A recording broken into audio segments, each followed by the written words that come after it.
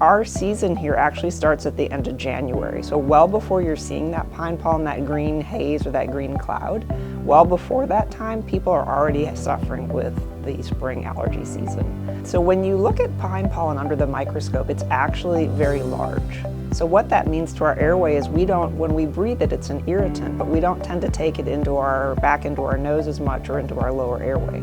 So it's more irritating and you can see it, but honestly, it's not really a big factor in allergy for most people.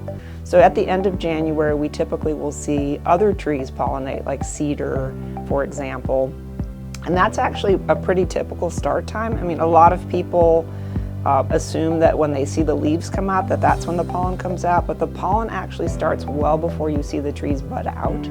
So that process is well underway by February. We typically will start to see grass pollen in March, so now, but grass pollen is very long in Georgia. So when we see the pollen season, once it starts, it may go through the middle of summer. So one of the important points to consider is that about 80 million people in the country have nasal allergy symptoms. So this is very common. And there are a couple reasons why this occurs. The main reason is there are genetics for this. So often when you see people with nasal allergies, the child will have it, their parents will have it, their grandparents will have it. So it's something that's passed down through generations. But what people are allergic to is not genetically determined. So you have to have the gene for the allergy sensitization, but then what you get exposed to is what you become sensitive to. It's an overproduction of an antibody, essentially. So your body is overproducing an antibody, and you are overreacting to something that you shouldn't be overreacting to, like pollen, because pollen isn't dangerous to us inherently.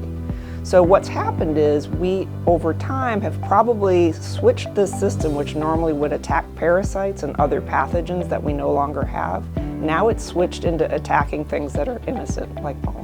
Common treatments include antihistamines, nasal corticosteroid sprays. There are what we call anti-leukotriene inhibitors like Montelukast or Singulair. Some people will recognize that name, it's the trade name. So those are some common treatments. There are also topical antihistamine sprays. Azolastine spray, which is Astepro or Astelin, also can be helpful, and that recently went over the counter. Some of the treatments actually need to be started well ahead of the season, include the Singulair type medications and also the nasal steroid sprays. So probably 2 weeks ahead of when you think you're going to have symptoms, you should be starting those. There are some that are weaker and stronger than others. In our opinion, the loratadine or the Claritin doesn't tend to be as strong as others that are long-acting antihistamines, such as cetirizine or Zyrtec, or levocetirizine, which is Xyzal, fexofenadine, which is Allegra. Those latter medications actually are long-acting and they tend to have a better effect.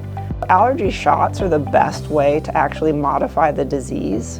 In some people, they will either have long-term or permanent relief of symptoms. We hesitate to use the word cure because it's possible it will come back later in their life, but I have treated children with allergy injections where their symptoms were gone and they were requiring no medication.